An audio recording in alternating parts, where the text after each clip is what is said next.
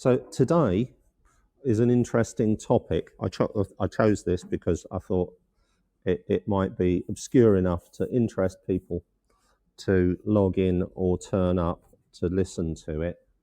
And what the topic is called illusion. Right, so let me explain what meditation is. It's a way of becoming familiar with our minds.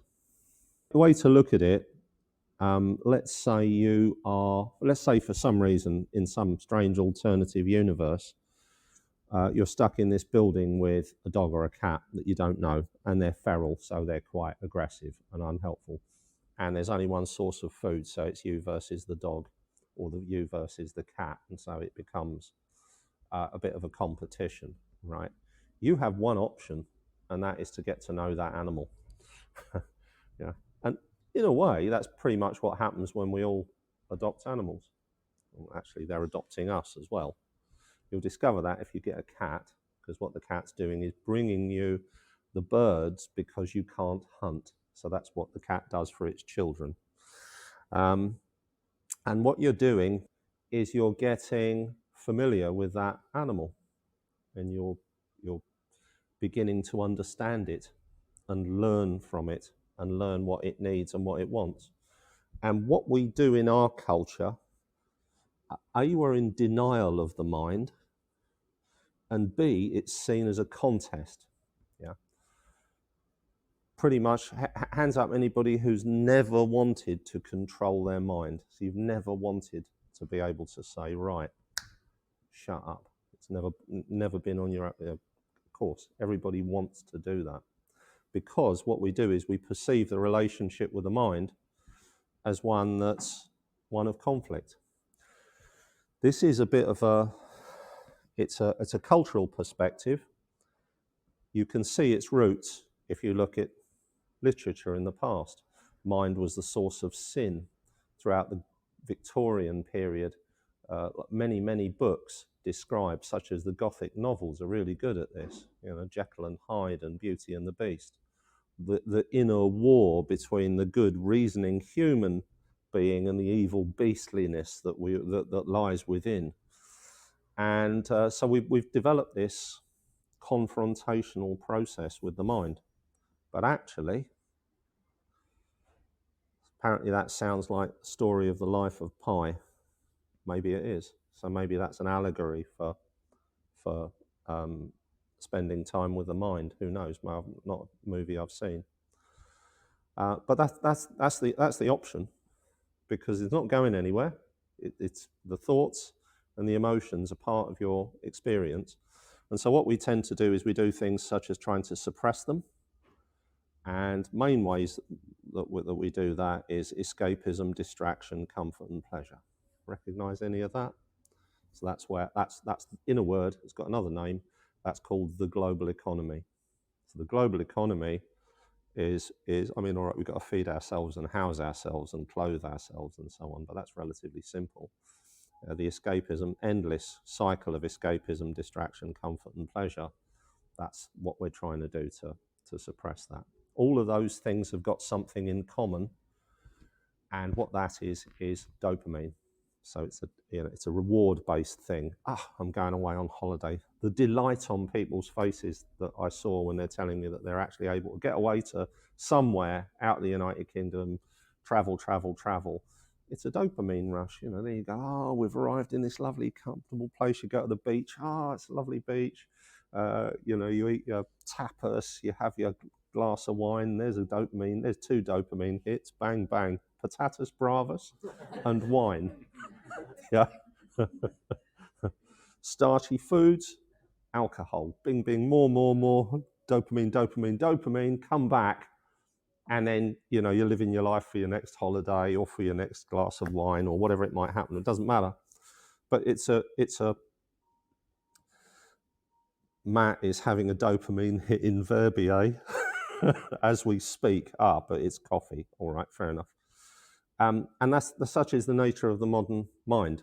The modern mind is a narrative that supports all of this, and it doesn't shut up. Yeah. And so what we try to do is control it, and instead, the most useful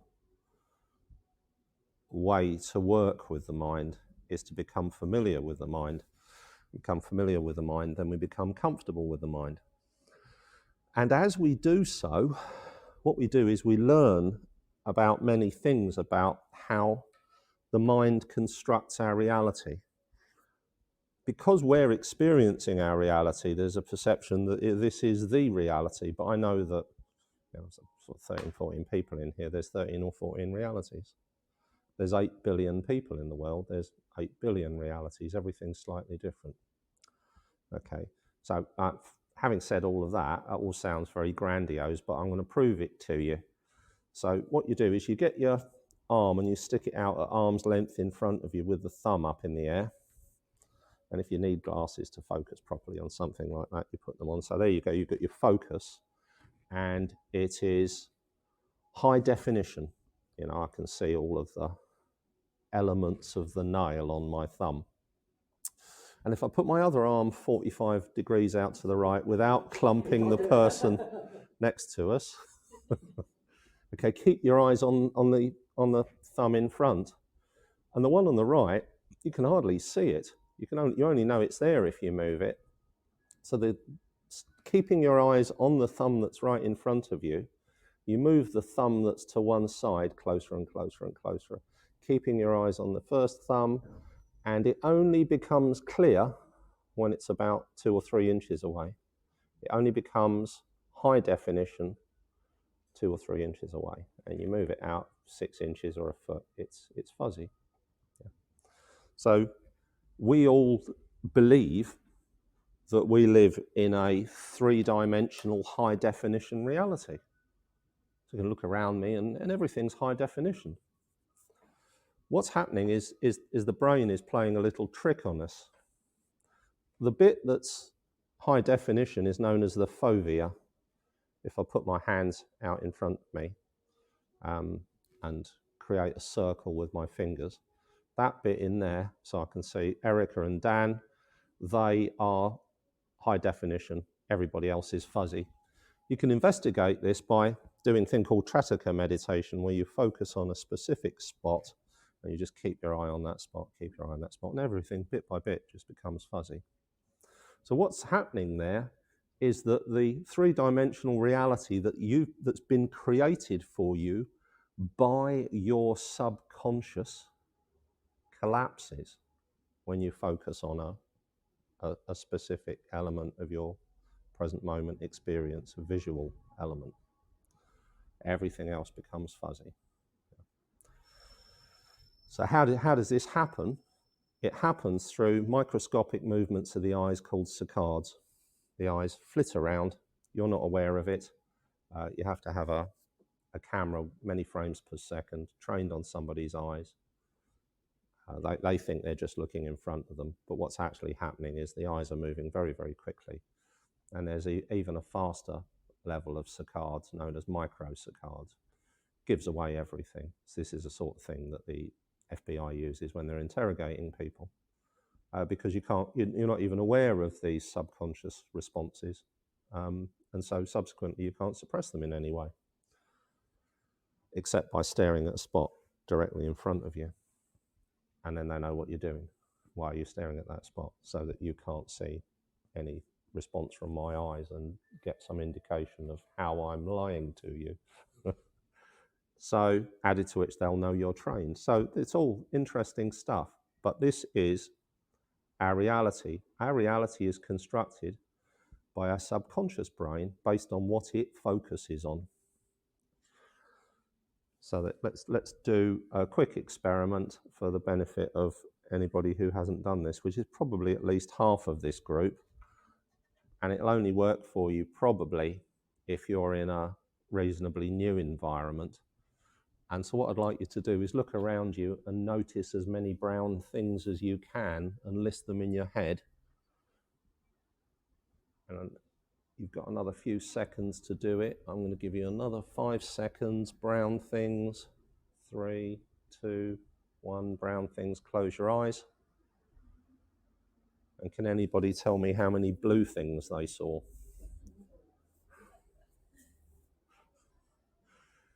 Even people who've done this before, if you do really focus on the brown things, you miss the blue things. Okay, and you open up your eyes and there's various blue things dotted around. Bins over there, and there's the handrail is blue. If I directed you to look at blue things, you'd notice the blue things. This is probably one of the most important things that I've learned, because it's really sunk in that if we brought two people into this room and got one of them to look at the brown things and then took them outside, and another one to come in and look at the blue things and took them outside, they were in different rooms. Yeah. One is in a room with handrails and the stairway and the David Bowie sign, which the brown thing person would never have noticed, and the coffee machine and the bins. And another is in a room with wooden chairs and tables and a wooden floor and the wooden ceiling. And so if you've ever had a conversation with somebody where you're discussing a previous conversation, and to you it seems like they were having a different conversation, well, they were. Because the only way that the brain copes with this huge complexity of the present moment is by being selective. So now what that means is this. If you're anxious about something, your brain will find that thing that you're anxious about.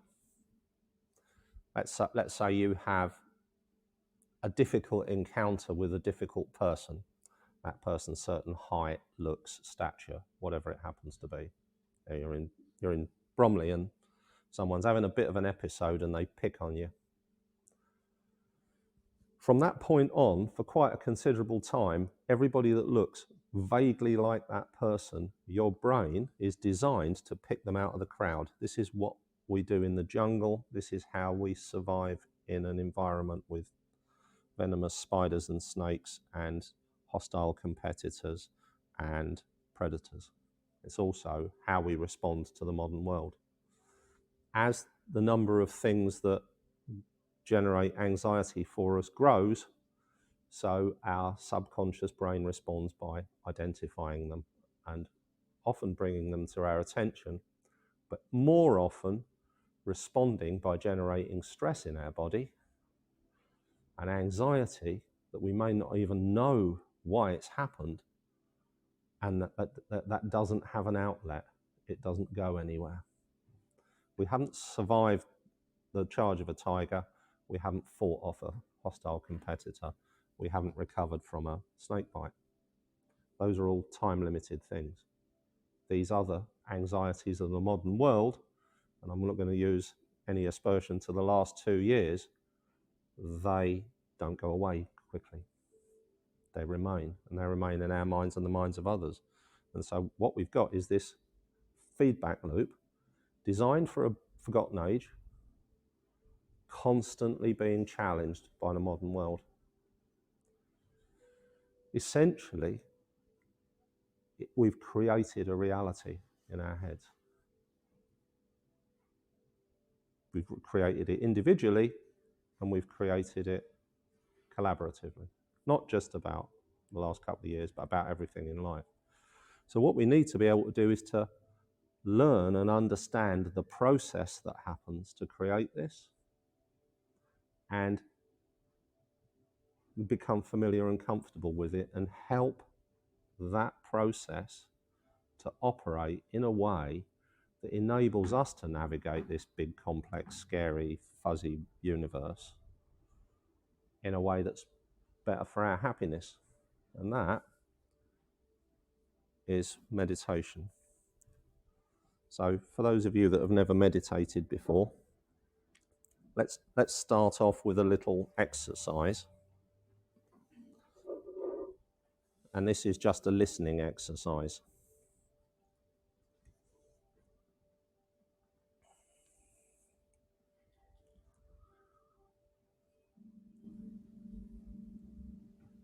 And so it's probably better for you to close your eyes, but you don't necessarily have to. You can look down past the tip of your nose with your eyes half shut. And what you're doing there is just ensuring that your attention doesn't get drawn away from sound, And we're going to listen to the sound of the bell in a slightly different way to how we normally listen to things. We're going to listen to the sound of the bell as it moves through time.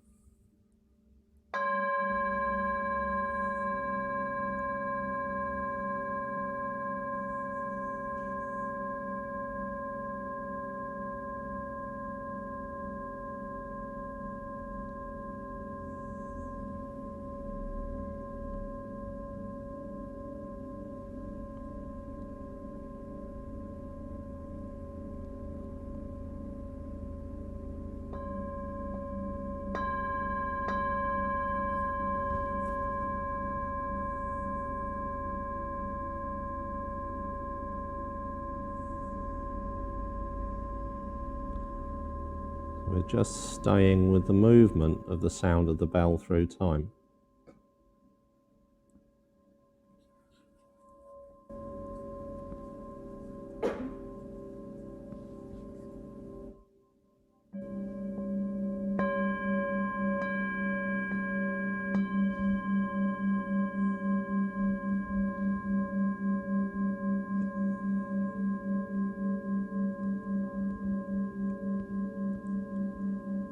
And so this is a process of noticing time moving.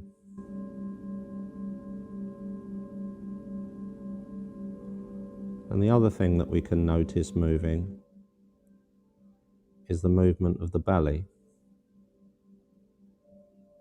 Just at the point where the belly meets the chest.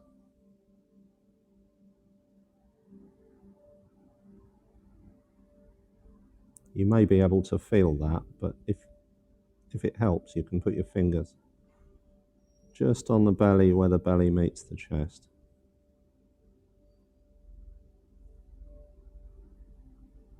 And you're noticing the belly rising,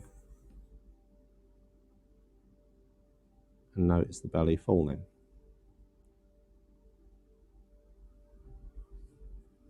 So I'm going to sound the bell, and now we're doing two things.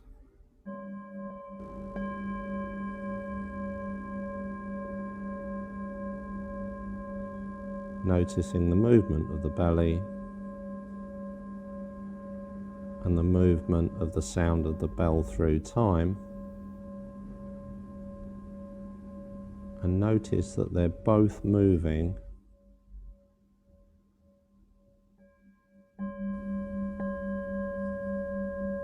at the same speed.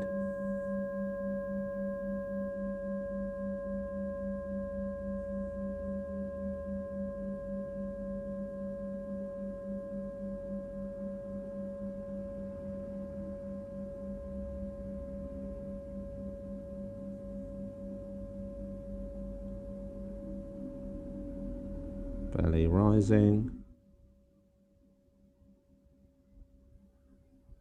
belly falling.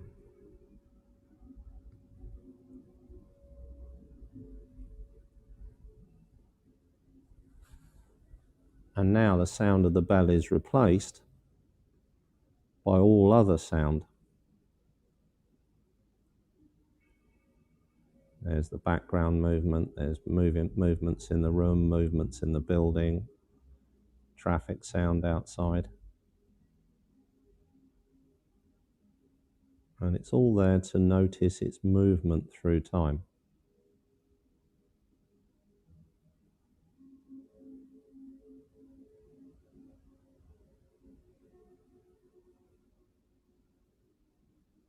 And there may be chatter in the mind.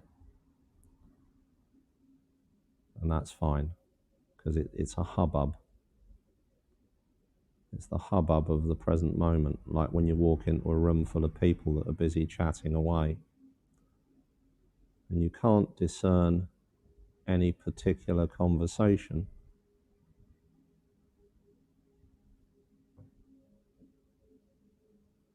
But what you do notice is the sound.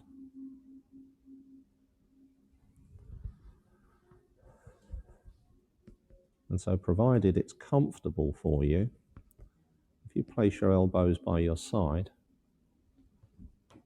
and Generally, we lay our palms on our thighs, but it doesn't matter. And if you place your feet flat on the floor, comfort first, then posture. And then you're looking for the most comfortable place to balance your head on top of your spine. Still aware of the breath rising and falling at the center of all of this.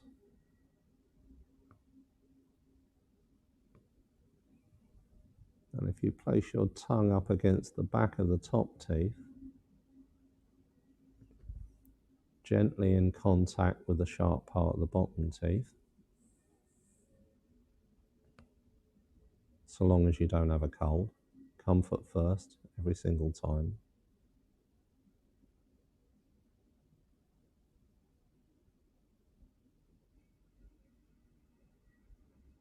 Still aware of the breath rising and falling. You also may choose to place your thumb tips and first fingertip very, very gently in contact. So gently that you could slide a cigarette paper between them.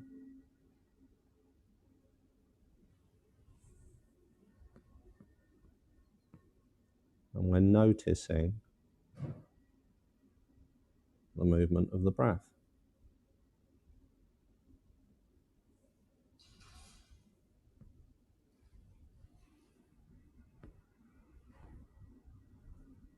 And so what we're going to do now is check in with the body.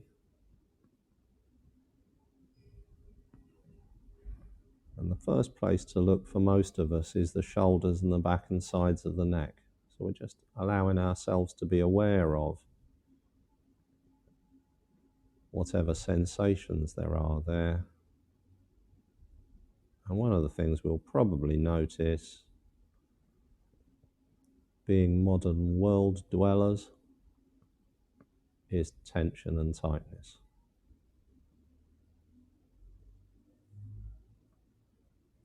And so the solution then becomes to notice that tension and tightness on the out-breath.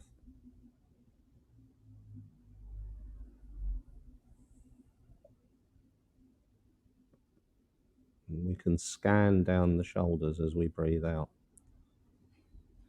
Breathing in, bringing our attention to the base of the spine. Breathing out, scanning down both shoulder muscles to the arms during the out-breath.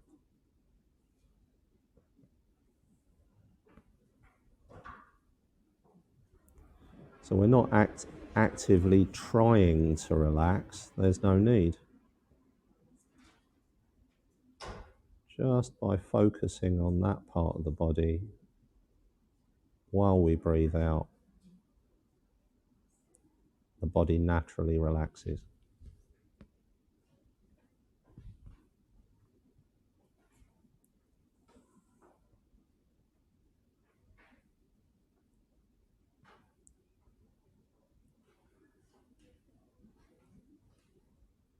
And now if we bring our attention to the hands, same thing, breathing in, bring our attention to the wrists, breathing out, scan down from the wrist, down the hand, down the fingers to the fingertips.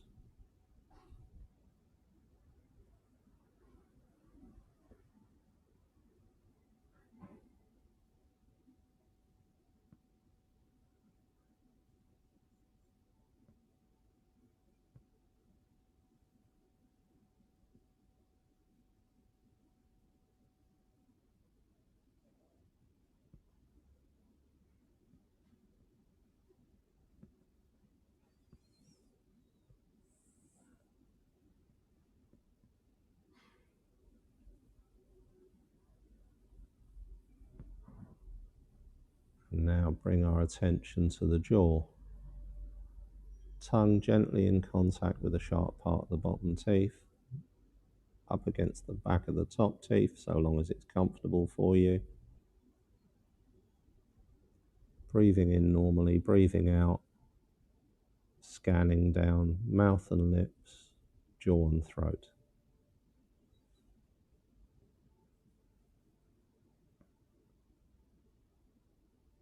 As if somebody's moving their fingers gently down from your upper lip down to your throat as you breathe out.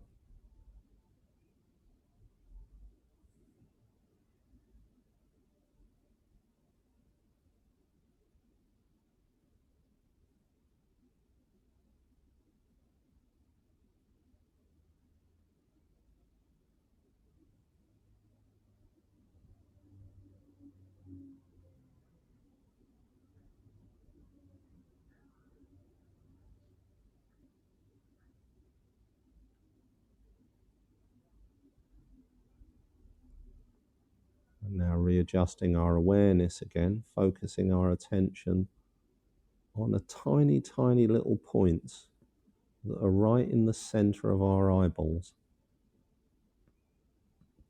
We can imagine that there's a center of the eyeball.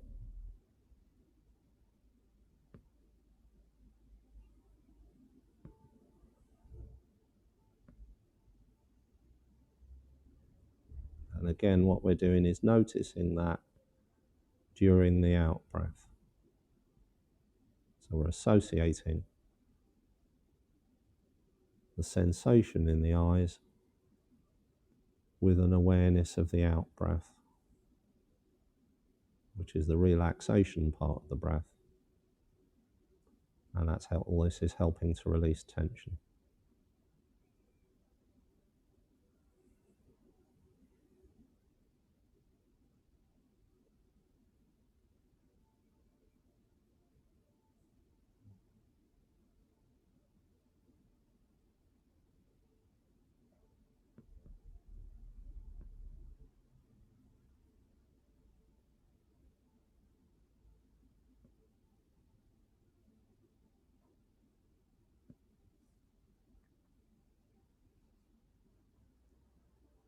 And so now bringing your awareness to the totality of the breath. The chest and belly rising and falling, expanding and contracting, the air entering and leaving the lungs, the nostrils.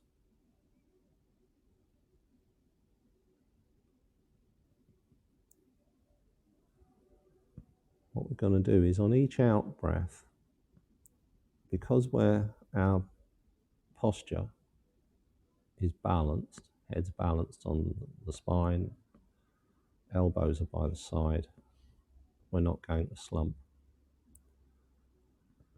But we're allowing ourselves to relax so much that if we were leaning forward, we would slump.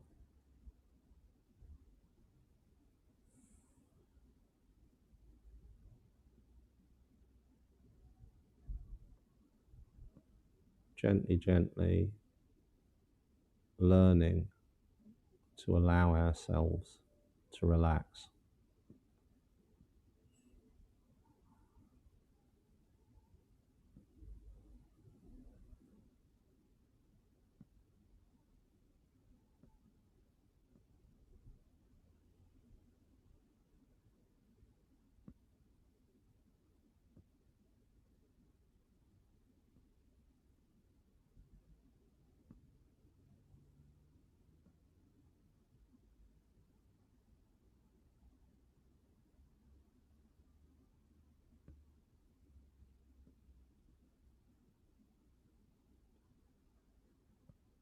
Another scanning exercise now.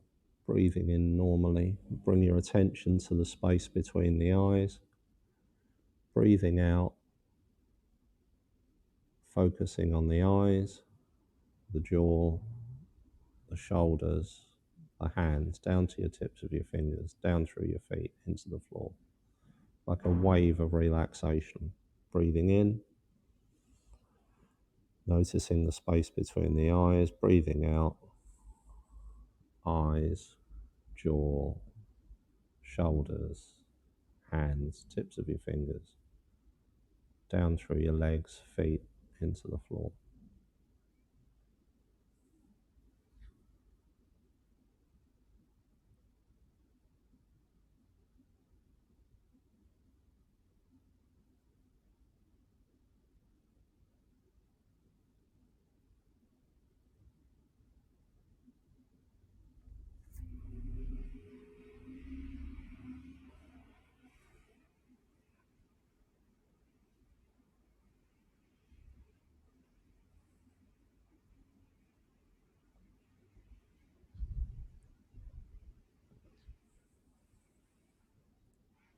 Okay.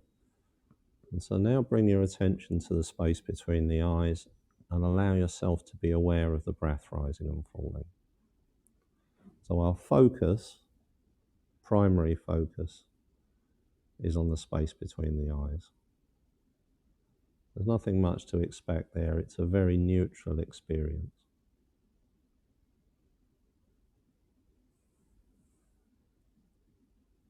But what it allows is for us to be aware of our inner phenomena, thoughts, emotions, all the sensory experience of the present moment internally, and also be aware of sound at the same time without one taking over. So we're not looking internally, we're not looking externally.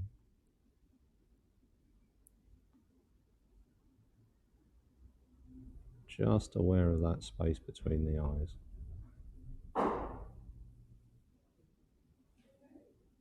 And in the background, internally, is the breath. Externally, there's sound moving through time.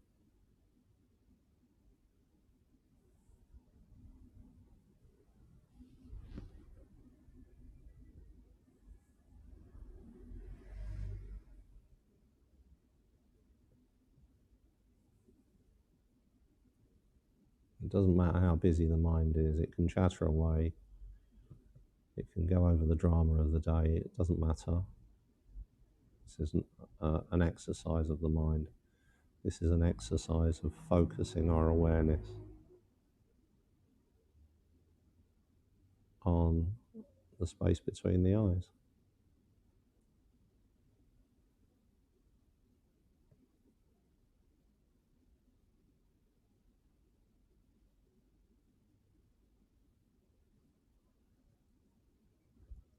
Just practice that for another couple of minutes.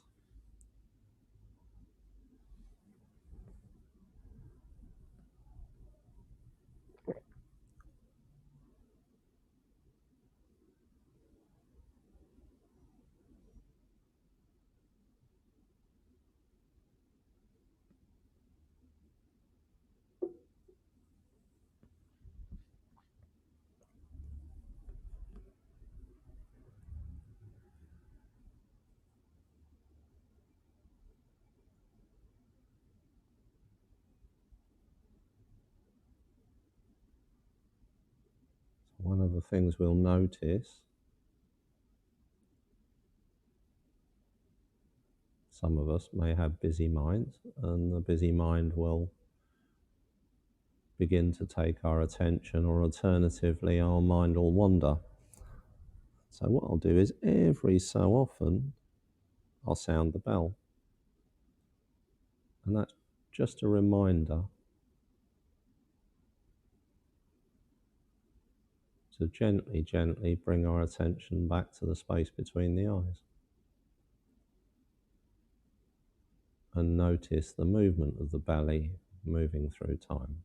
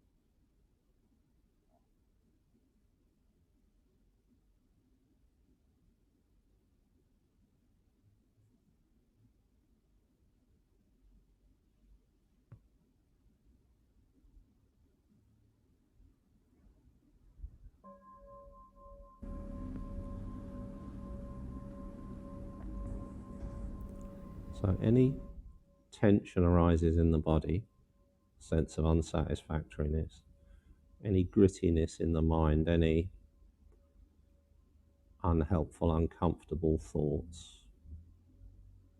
boredom, irritation, frustration, impatience, all of the backdrop of the 21st century, any of that happens, it's there to remind you to release tension from the body. Because if that happens, the mind gets into a loop, or there's this unsatisfactoriness, you'll notice tensions crept back in the body. So all you do is bring your attention to the shoulders, the face, the hands, wherever the unsatisfactoriness is, and you're just letting it out on the out breath.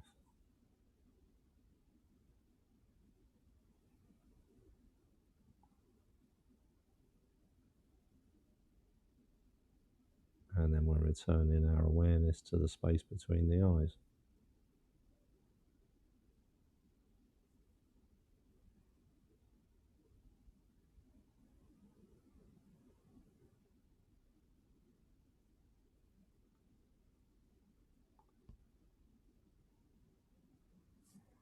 And noticing the breath moving through time,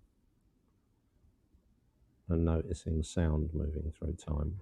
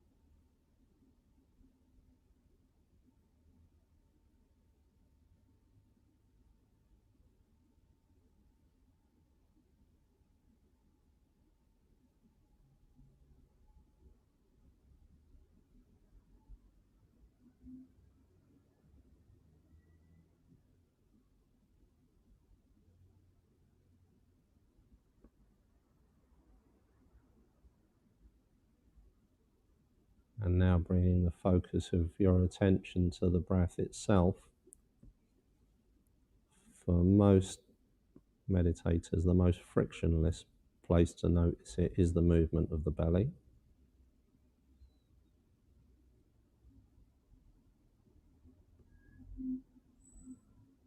All we're doing is noticing the movement.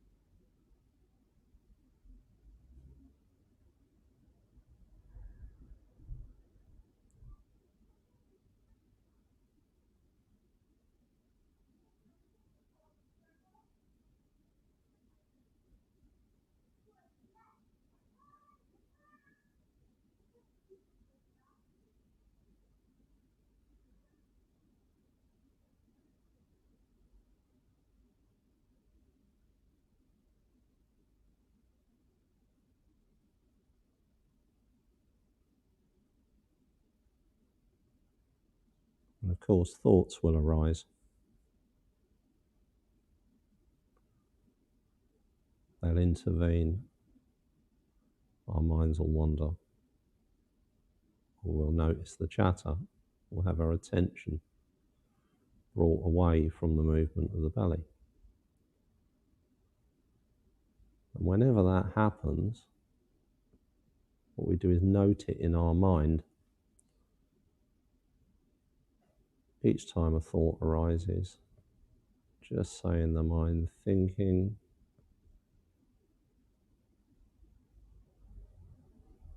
on the first out breath, second out breath, saying in the mind, thinking.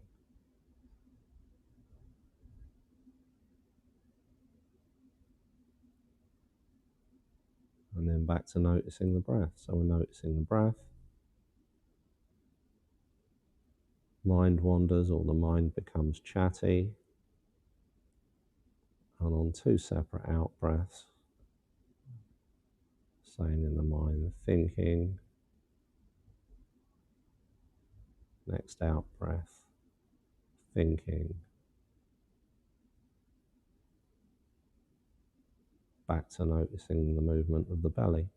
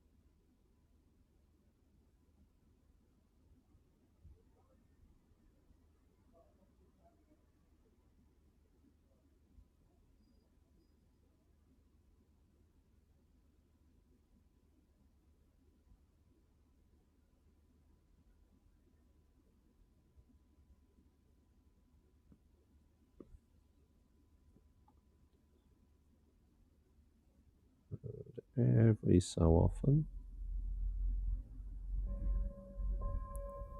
I'll sound the bell.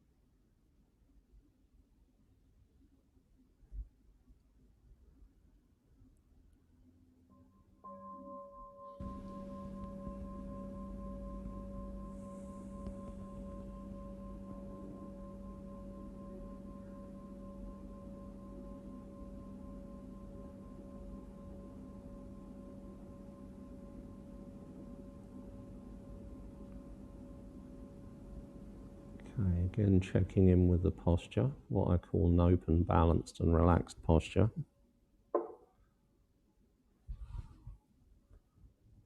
What we're doing is learning where our tension is, where the tightness is.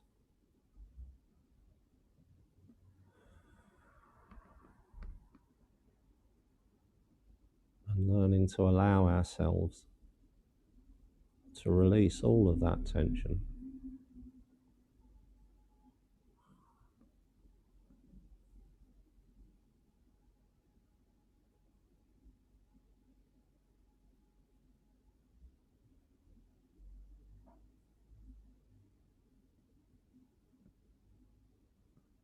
When we teach meditation to children, we say to them, sit like a frog. And so they sit and they're relaxed, and because they're not self-conscious, they're happy for their bellies to stick out and to let all of the tightness out of the body. But us adults, we've learned posture in an unhelpful way, so we have to unlearn what we've learned.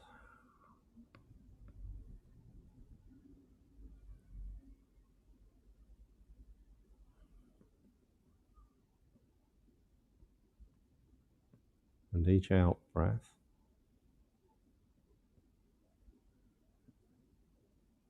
as we scan through the body, the eyes, the jaw, the face, the lips,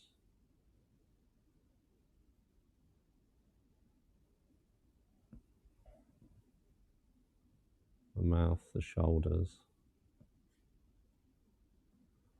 the arms. Allow the arms to hang from the shoulders.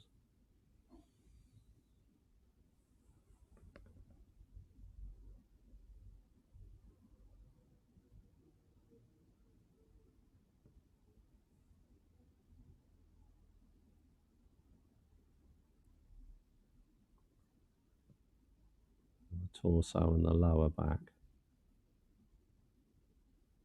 All of the sensations.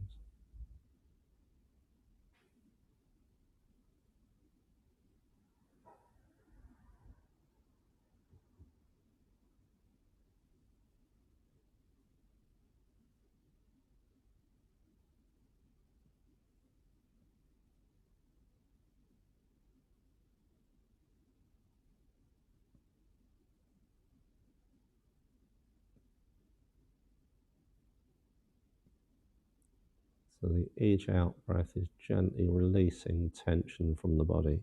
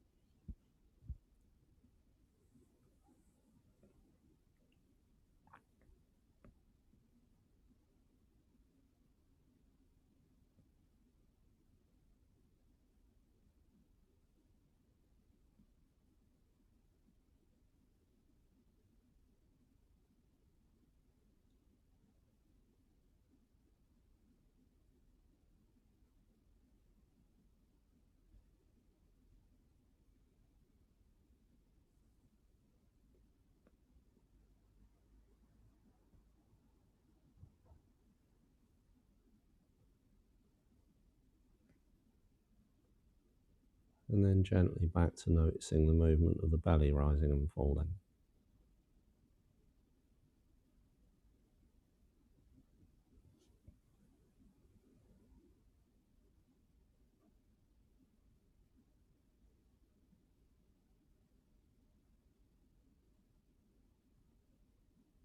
As long as you're aware of the movement of time, then you're present. Doesn't matter what other things are happening in your experience. If you're noticing time passing, you're here now.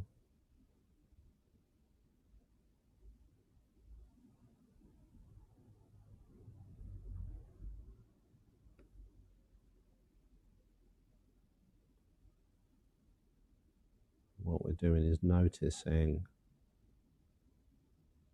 the movement of the belly moving through time.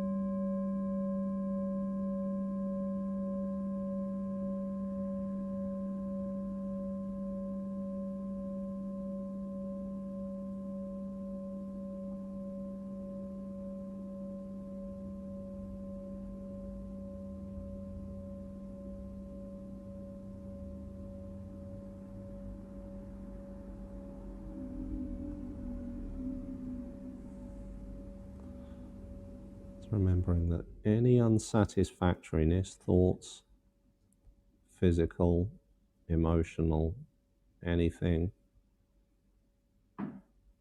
it's indicating that it's time to go back through a cycle of relaxation and checking in with your posture.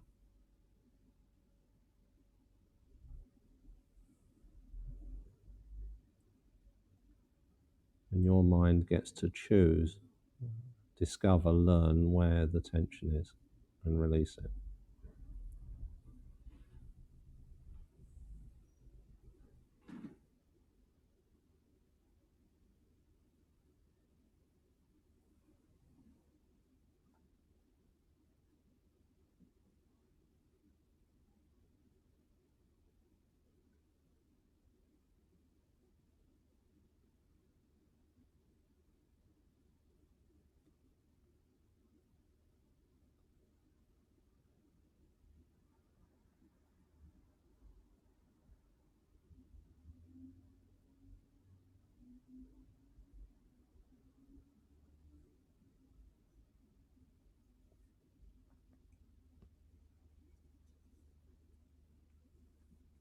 And ideally, we're breathing in and out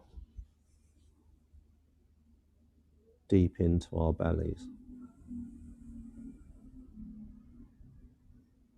A thing called diaphragmatic breathing.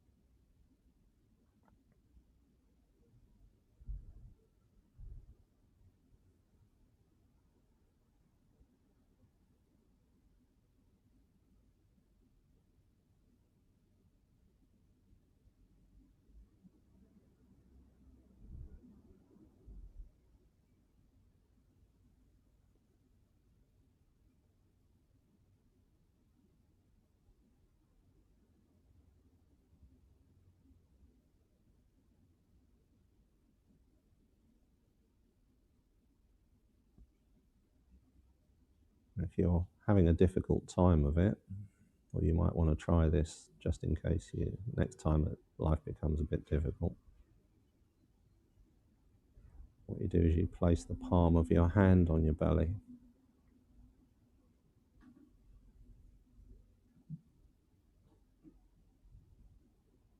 You're noticing the movement of the belly, lifting the hand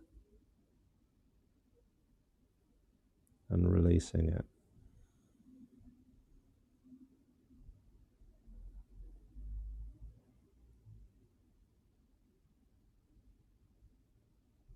So the palm is rising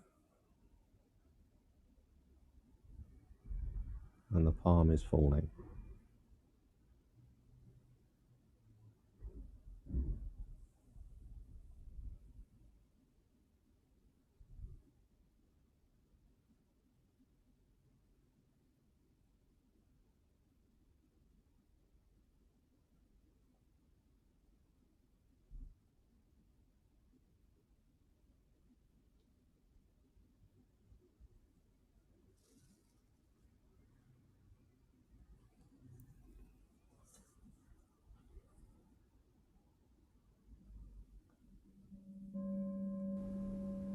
So again, noticing the passage of time.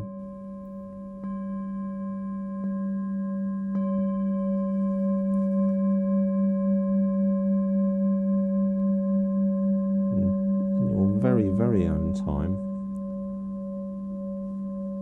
gently return your attention to your surroundings.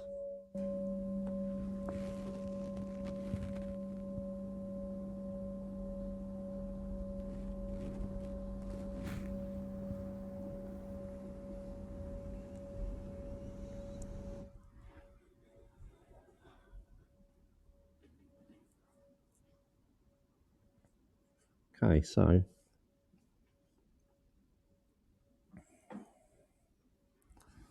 what we noticed there, probably out of all of the little excursion that we took, and all of those practices have got a purpose, And how you feel now is a consequence of some of that purpose. But probably the most useful thing is in here. It's in that sound.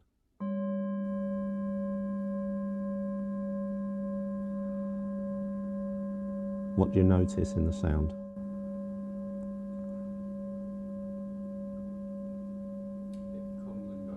That's it, comes and goes. Anything else? Harmony. There's no wrong answers. Movement. That's it. Movement, harmony, comes and goes.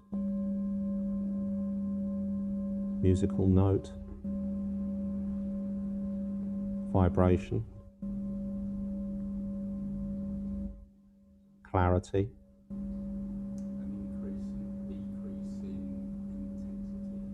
Yeah. Becomes more and less intense.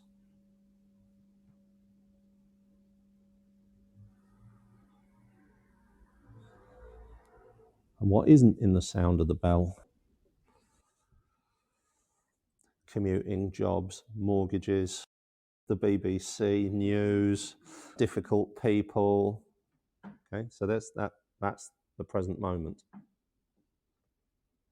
That's the present moment. That's real. It's absolutely real.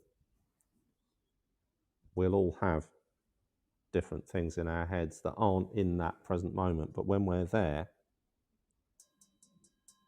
it's the same. It's what I call a common observable reality. And it passes, well, another thing I call the hunter-gatherer test.